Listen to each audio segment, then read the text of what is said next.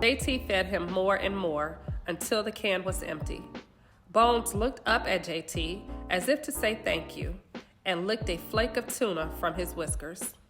Then, meticulously, he began to clean himself.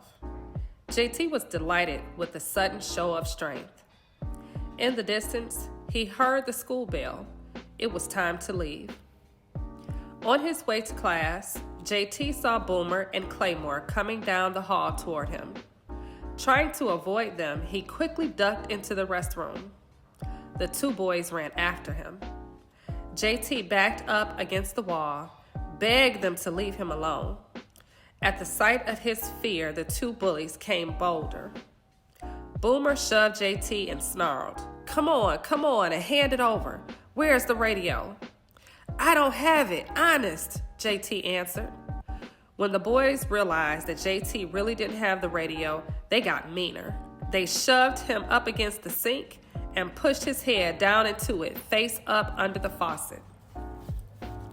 There was a plastic container of liquid soap directly above JT. Claymore pushed the knob, and the harsh germicidal soap dripped down into JT's eyes. JT felt as though the inside of his head was on fire. He struggled to get free, but Boomer had a stranglehold on him, and Claymore kept punching the soap container. JT tried to scream, but Boomer clamped his hand tightly over his mouth to muffle his cries. Only when they heard the outer door swing open did they relax their hold on him. They ran out, almost knocking over Jeffy Michael as he came in. JT turned the water on his face, trying to wash the stinging soap out of his eyes.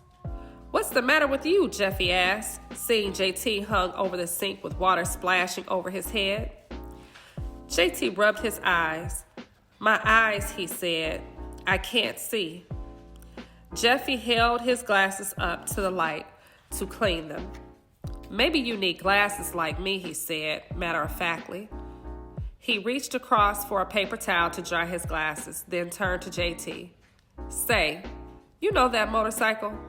Under the Wiseman? You know who drew it?"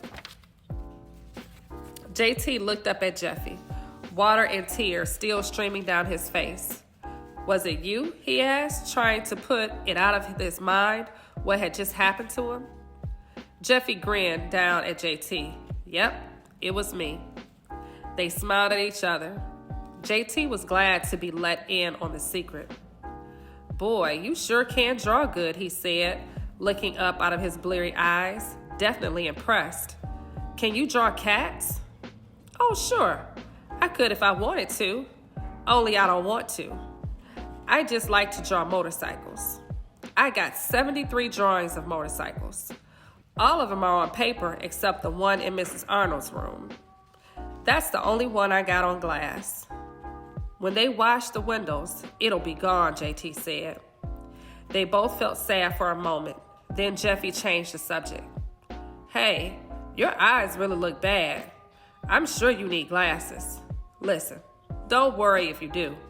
They're not so bad. You get used to them."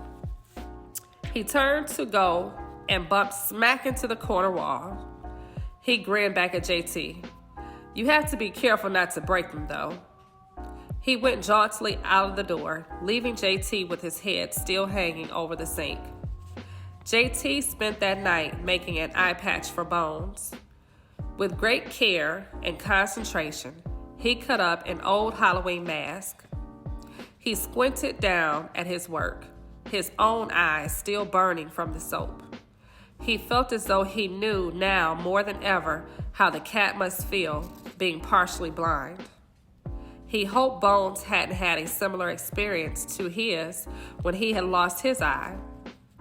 Just thinking about his run-in with Bloomer and Claymore made JT shiver. As he cut and pasted, he heard his mother and Mama Melcy talking from the front room. "He's up to something, that boy," Mama Melcy chuckled. "He always is," his mother said. "He don't have his radio on, though. That's peculiar. I get so used to that thing blaring all the time, I get bothered by it being off now as much as on. Wonder how come it's off tonight." Maybe the batteries is dead, suggested Mama Melcy. Could be, his mother said, nodding. Could be.